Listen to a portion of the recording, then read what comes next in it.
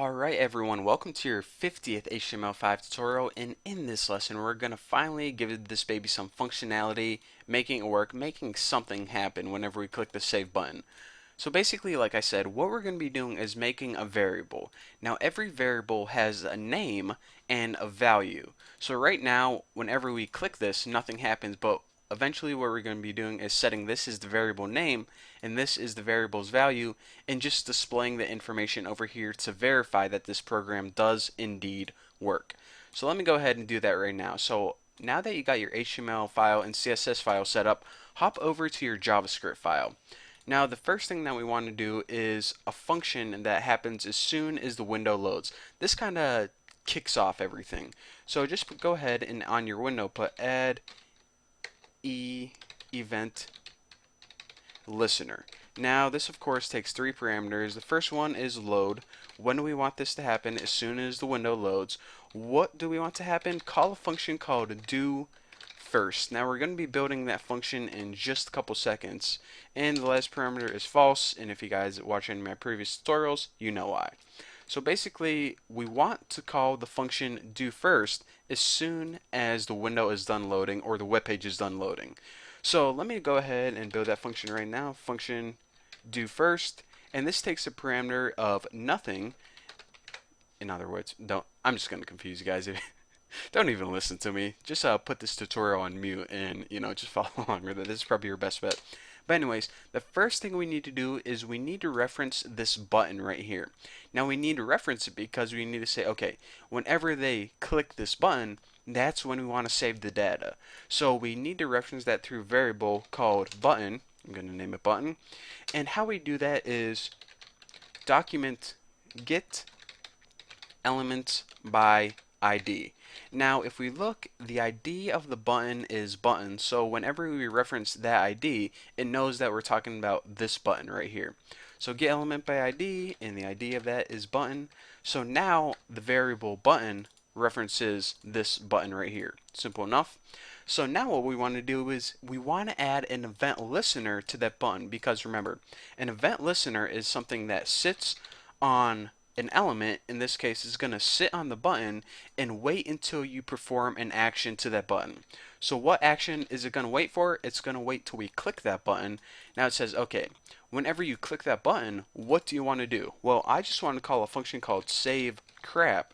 So it's basically a function that's going to save all the crap.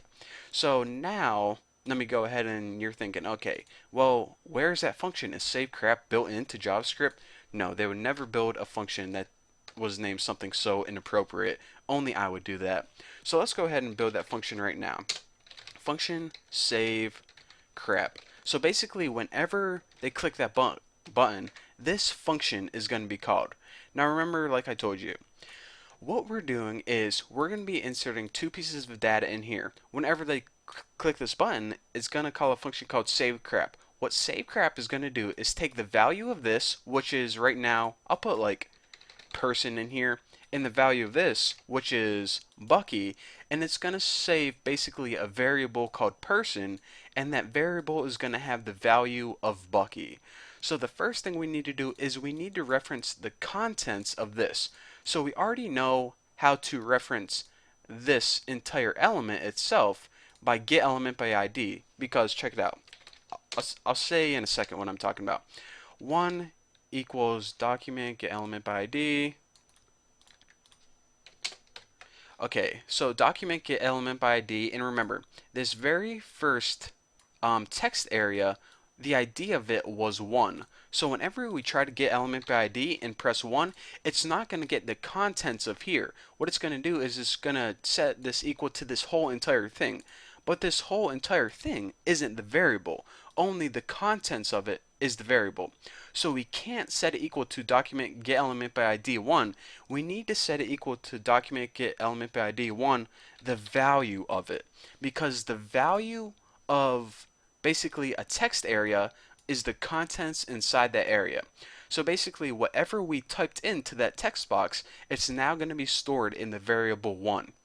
Simple enough. So basically now 1 would be equal to the word person. So now we just need to do the exact same thing with another variable. So 2 and 2. And here's another thing. You know how I told you guys that this first one was pretty much the key and the second one was pretty much the value, but I didn't want to name it key and value. Here is why I don't like naming any text area value when I'm working with the JavaScript, because it already has a property called value. So if I put variable 2 equals document get element by ID value value, it may be kind of confusing, especially if I name this variable value.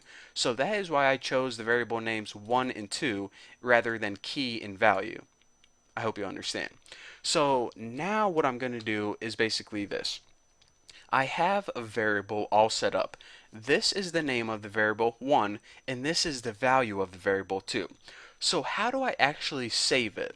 Well, here is where we get to the good stuff.